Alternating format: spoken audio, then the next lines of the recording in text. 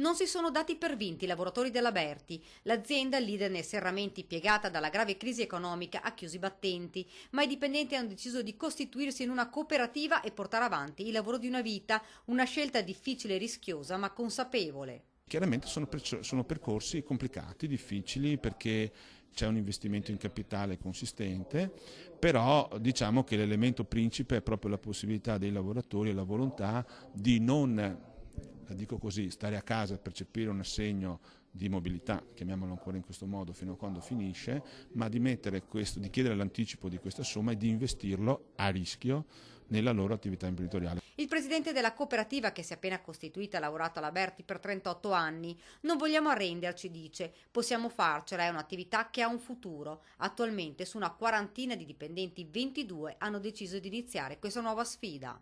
Dalla vostra parte c'è l'esperienza.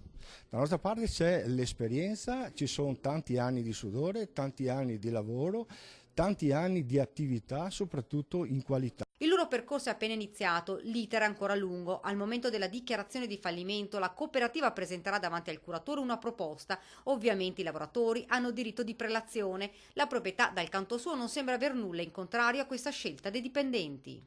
Credo di poter dire ad oggi che, a differenza di altre situazioni, di altri casi, ho incontrato, seppur indirettamente, una proprietà che non sta mettendo i bastoni tra le ruote alla nascita di un'esperienza nuova imprenditoriale. Un mercato, quello dell'edilizia, sicuramente ancora in crisi, ma l'attività della Berti ha molto da dare, le commesse ci sono, il lavoro non manca. In questo caso sicuramente ci sono le potenzialità, un'azienda che è riconosciuta come marchio, che ha un grande, come dire, ci sono un certo numero di clienti che sarebbero anche in attesa, insomma, no, di avere la possibilità di lavorare con questi lavoratori, quindi molto, molto positivo questo aspetto. I lavoratori sono già pronti a riprendere il lavoro.